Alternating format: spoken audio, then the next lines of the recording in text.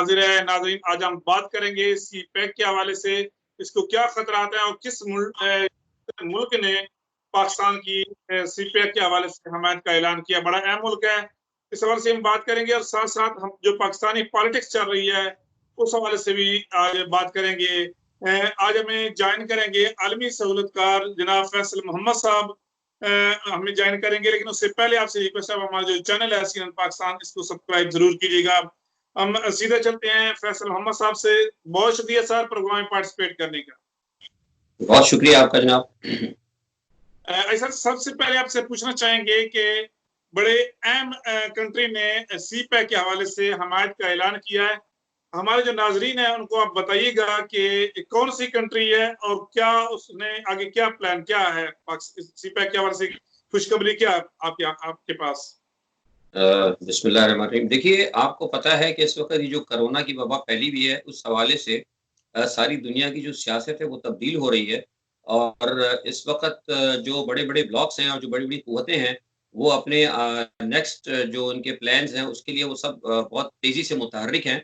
तो ये आपको पता है कि इस वक्त पाकिस्तान के अंदर ये जो सी पैक है, ये जिस तरह कोरोना इस वक्त सारी दुनिया का गेम चेंजर बन रहा है, तो वो पाकिस्तान के लिए सी पैक जो है वो बहुत बड़ा गेम चेंजर था। तो सी पैक को असल में नाकाम करने के लिए आपको पता है कि भारत की सबसे पहले ख्वाहिश थी, क्योंकि भारत का और साथ में जो मगरिब का अलायंस था कि अगर ये किसी तरीके से इसको नाकाम कर दिया जाए, क्योंकि भारत की जो कश्मीर के ऊपर जो है आपको पता है कि एक खसूसी एक ऑब्जर्वेशन है या उनका एतराज़ है, जो कि है तो बुनियादी तौर पर गलत, लेकिन बहरहाल एक एतराज़ है, जिसे दुनिया तो खैर नहीं तस्लीम करती। तो वो समझते थे कि अगर ये सी पैक बन जाता तो एक तो ये कि पाकिस्तान मज़ीद तरक्की करेगा और उनका जो कश्मीर के हवाले से जो ऑब्जेक्शन है वो भी हमेशा के लिए ख़त्म हो जाएगा। तो लिहाज़ा वो उन्होंने कोशिश ये की थी कि किसी न किसी तरह सी पैक को नुकसान पहुँचाया। अच्छा, दूसरी सबसे बड़ी बात ये भी है कि सी पैक से बराह रास्त जो है ना बड़ा फ़ायदा जो है वो पाकिस्तान और चीन को है। तो पाकिस्तान भी मतलब भारत का हलीफ है और इसी तरह चीन भी भारत का हलीफ है। तो ये नहीं हो सकता था कि वो किसी तरीके से इन दोनों ममालिक की तरक्की को देखे। और फिर सबसे तीसरी अहम बात ये है कि भारत जो इस इलाके के अंदर जो है वो अमेरिका का हलीफ है। इंडो पाक पैसिफिक कहलाता, मतलब इतनी अहमियत तस्लीम की गई है कि अमेरिका ने इसको इंडो पैसिफिक का नाम दिया है। तो इस पस मंज़र के अंदर ये बड़ा मसला था और ये तय किया था मग़रिब ने और भारत ने कि सी पैक को हमने किसी न किसी तरीके से रोकना है, क्योंकि ये बहुत बड़ी बात थी। तो अभी ये जो सारा नया सिनेरियो डेवलप हुआ है और ये सारा कोरोना वायरस आया, तो इसी दौरान जब ये सारे मामला चले, मामला डेवलप हुए, तो इसी दौरान जब चाइना ने देखा कि अब ये जो है मामला फिर दोबारा अमेरिका जो है वन पुलिसमैन का किरदार या यूनिपोलर वर्ल्ड की तरफ जा रहा है, तो वो इन्होंने बैक चैनल में सारे मामलात को तय किया और रूस को अपने साथ मिलाया। तो रूस की और जो अभी गुज़िश्ता दिनों रूस की और जो चीन की क़यादतों के दरमियान जो मामला तय हुए हैं, उसमें रूस ने इस अहमियत को तस्लीम किया है कि हमें जो है दुनिया के अंदर हथियारों के बजाय हमें कोशिश करना चाहिए कि माइशियत के ज़रिए से, इकोनॉमिकल तरीके से माइशियत को तेज़ करके हमने अपने मार्केट को कंट्रोल करें और दुनिया पर गलबा हासिल करें। तो लिहाज़ा रूस ने जो है सी पैक के हवाले से मतलब चीन को यकीन दहानी कराई है और वो रूस ने ख्वाहिश ज़ाहिर की है कि हम इस बात की ज़मानत देते हैं और हम इस बात में खुश हैं कि ये सी पैक का जो प्रोजेक्ट है ये मुकम्मल हो और हम भी इसके अंदर अपनी शमूलियत करेंगे। तो मैं समझता हूँ ये पाकिस्तान की बहुत खुशाइंद है।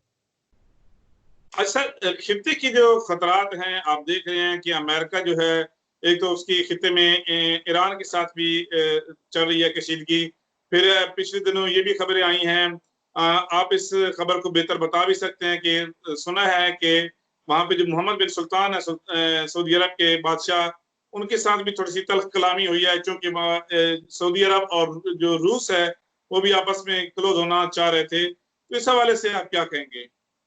देखिए, वो असल में मैंने आपसे कहा कि ये जो बड़ी ताकतें होती हैं ना, इनकी असल में इनकी कोशिश ये होती है कि वो सिर्फ़ और सिर्फ़ अपने मफ़ादात देखें। तो ये जो अभी आपने कहा ये बिल्कुल एग्ज़ैक्टली ऐसे ही हुआ था कि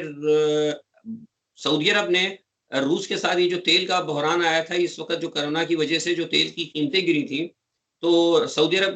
ने जो तेल के मामलात अपने चलाए और जो अपने रेट्स अपने जो उन्होंने तेल की रखी थी फी बैरल, उसके ऊपर जो है अमेरिका को एतराज़ था और क्योंकि वो मामला चल रहा था रूस के साथ,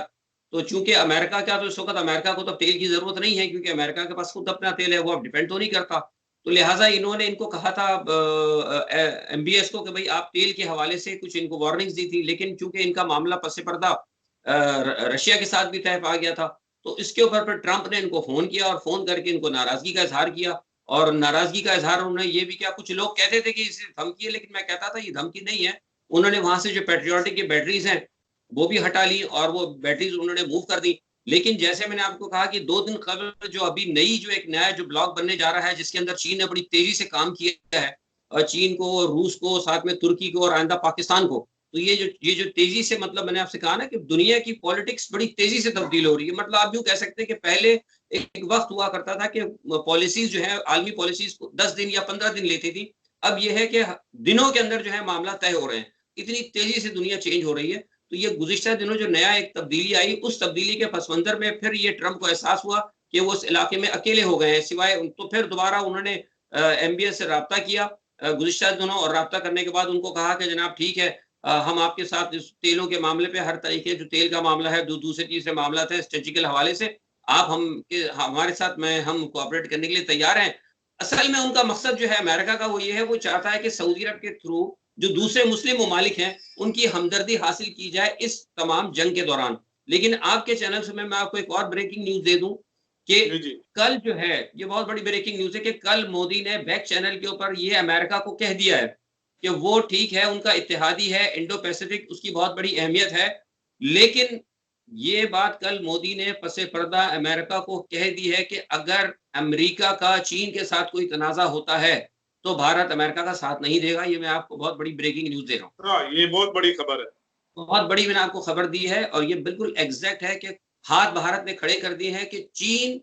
अमेरिका तनाज़े में भारत अमेरिका का कोई साथ नहीं देगा। तो इस पस मंज़र में आप सारी दुनिया की और सारी इस खित्ते की पॉलिटिक्स को आप समझ सकते हैं। अच्छा सर, एक तरफ सीपैक चल रहा है और दूसरी तरफ आपने देखा कि पिछले दिनों इंडिया के चैनल ने जो मौसमियात के हवाले से मुजफ्फराबाद और हिट किया गिलगित बल्तिस्तान को। दूसरी तरफ अगर आप देखें तो पाकिस्तान में जो है एक्टिविटी, जैसे पिछले दिनों में, बल्कि कल ही आपने देखा कि जिस तरह जो पाकिस्तानी फौजी हैं शहीद हुए हैं, कुछ इस तरह की एक्टिविटी चल दोबारा पाकिस्तान के अंदर जो है लड़ाई, एक अदम तशद्दुद की जो इशू जो था बना हुआ, दोबारा वो एक दफा फिर उसने जन्म ले लिया है। और उसमें भी कहा जा रहा है कुछ बलोच जो रहनुमा है उनको एक्टिव किया जा रहा है, जो इंडियन हैं, और साथ साथ कुछ जो सिंधी हैं उनको भी इस हवाले से दोबारा पाकिस्तान में इस तरह के इंतशार फैलाने के लिए, इस हवाले से आप क्या कहेंगे? देखिए, आपको याद होगा कि मैंने पिछले तब आज से कोई 2 हफ्ते कबल मैंने ये कहा था कि ये जो जो आलमी सियासत तब्दील हो रही है, उस हवाले से जो चीन की और मैंने कहा था कि अमेरिका के जो दरमियान जो तनाज़ा होगा, मैंने 2 ढाई हफ्ते पहले कहा था, और ये कहा था मैंने बड़ी वज़ाहत के साथ कि जो पहले जो जंग हुई थी मुसलमानों के खिलाफ जो थी, वो जो था उनका दहशतगर्दी के नाम के ऊपर, तो मैंने कहा अब जो अमेरिका का दूसरा जो तनाज़ा होगा, वो मुसलमानों के साथ नहीं होगा, बल्कि वो गैर मुस्लिमों के साथ होगा। तो ये बेसिकली उसी तरफ जा रही है, क्योंकि अमेरिका ये समझता है कि चीन जो है सबसे बड़ा हलीफ है पाकिस्तान का। तो वो उनकी पहली कोशिश ये है कि किसी न किसी तरीके से पाकिस्तान को थोड़ा-सा अंडर प्रेशर किया जाए, या एक मोहतात जिसे कहते हैं कि अगर हम खुल के बात करें, एक जंग हो जाए। तो उस जंग के लिए वो अमेरिका की कोशिश ये है कि उन्होंने जो अपना वो एक इत्तेहादी रखा हुआ है भारत, और भारत ने अमेरिका से इस मसले पे, हम दूसरे अपने सादे अल्फाज में से कहते हैं कि सुपारी ली हुई है, बड़ा पैसा लिया हुआ है कि भई हम आपके इस इलाके में मफादात के लिए आपकी निगरानी करेंगे। तो वो अब ये है कि जैसे मैंने आपसे पहले बताया कि अमेरिका के पे तो हाथ उसने खड़े कर दिए, लेकिन पाकिस्तान के हवाले से वो कहते हैं कि हम थोड़ा बहुत पाकिस्तान को टफ टाइम देंगे कश्मीर के मसले पर। तो बेसिकली ये जो इस वक़्त जो भारत कर रहा है, ये मैंने 2 हफ्ते पहले कहा था कि ये जो वॉर के भारत जो है पूरे मूड में है, जारहियत के। लेकिन इंशाअल्लाह अगर कभी इन्होंने ऐसी बात की तो उनको बड़ी सख्त नाकामी होगी। उनको सिर्फ़ हौसला अफ़ज़ाई वो इसलिए हो रही है कि उनके यहाँ हमारे पास स्लीपिंग सेल्स हैं। आपको मैंने कहता रहा हूँ, और भी बहुत सारे लोग कहते हैं कि बदकिस्मती कि हमारे जो पाकिस्तान में सियासी जमातें हैं, उनके अंदर अभी तक हमारा जो आपको पता है नेशनल सिक्योरिटी काउंसिल के तमाम मामला थे, चीज़ें हमारे पास बहुत बनती हैं पाकिस्तान में, लेकिन बदकिस्मती इस पे उन पे अमल दरामद नहीं होता। जब अमल दरामद नहीं होता है तो नतीजा क्या होता है कि जो ज़ेर-ज़मीन जो स्लीपिंग सेल्स हैं, उनको एक थोड़ा-सा टाइम मिल जाता है, और जब उनको ज़रूरत पड़ती है वो दोबारा उभरता है। तो इस सूरत-ए-हाल के अंदर, जबकि मैंने आपसे कहा कि भारत इस वक़्त तैयार है पाकिस्तान के साथ जारहियत के लिए, तो उन्होंने अपने स्लीपिंग सेल्स को मुतारिक कर दिया है। तो ये जो आपने देखा, ये जो हो रहा है, बीएलए है और आपका जीएसइन है, पीटीएम है, ये सारे के सारे इनके रॉ के और एनडीएस के स्लीपिंग सेल हैं, जिनको बाकायदा पैसे दिए जाते हैं, और ये इंटरनेशनल एजेंसीज देखिए रॉ को लोग समझते हैं रॉ कोई इतनी बड़ी एजेंसी नहीं है। ये मैं आपको बता रहा हूँ, रॉ इंडिया एक बड़ा है, लेकिन रॉ की हैसियत सिर्फ जो है सीआईए की या बड़ी एजेंसियों के लिए वो पपेट के तौर पे काम करते हैं, वो पेड है। तो उनको उनको कहा गया है कि भाई पाकिस्तान को थोड़ा सा आपने इनको गैर मुस्तहकम करना है ताकि दबाव आए सीपैक के हवाले से या दूसरे, तो इसलिए वो काम कर रहे हैं और इनका एक है कि पाकिस्तान के साथ एक कंट्रोल जहरियत करें। लेकिन अगर भारत ने कहीं गलती की तो मैं आपको बता रहा हूँ कि भारत को बहुत बड़ा नुकसान हो। सर दूसरी तरफ से देखें थोड़ा सा एलओसी के ऊपर भी अभी बहुत ज्यादा जो तलखी पैदा हो चुकी है। आए दिन जो झड़पें हो रही हैं, शहरी आबादी आवाम उसको निशाना बनाया जा रहा है। इसके साथ साथ दूसरी तरफ देखें तो हमारे सिक्योरिटी इदारों ने भी खबरदार की जो आने वाले दिन है खास ये रमजान के, इस हवाले से किसी किस्म का खुदा न खास्ता कोई इस तरह का अटैक हो सकता है। तो ये इस तरह की जो एक्टिविटीज हैं, इसके पीछे कौन है, आप क्या लगता है कौन करवा रही है?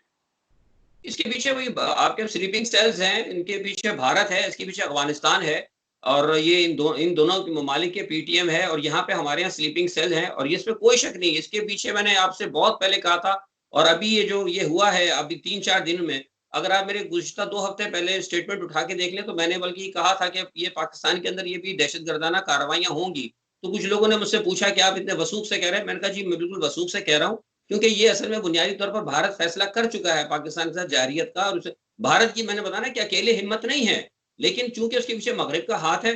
और वो यहाँ पे सी पैक और दूसरे तीसरे मामलात के अंदर कश्मीर के हवाले से वो यहाँ पे टफ टाइम देना चाहता है। लेकिन मैं समझता हूँ कि इनकी बहुत बड़ी गलती होगी अगर इन्होंने ये काम किया और अगर पाकिस्तान के साथ जंग छेड़ी, अगर जारियत की तो उनको बहुत बड़ा नुकसान होगा।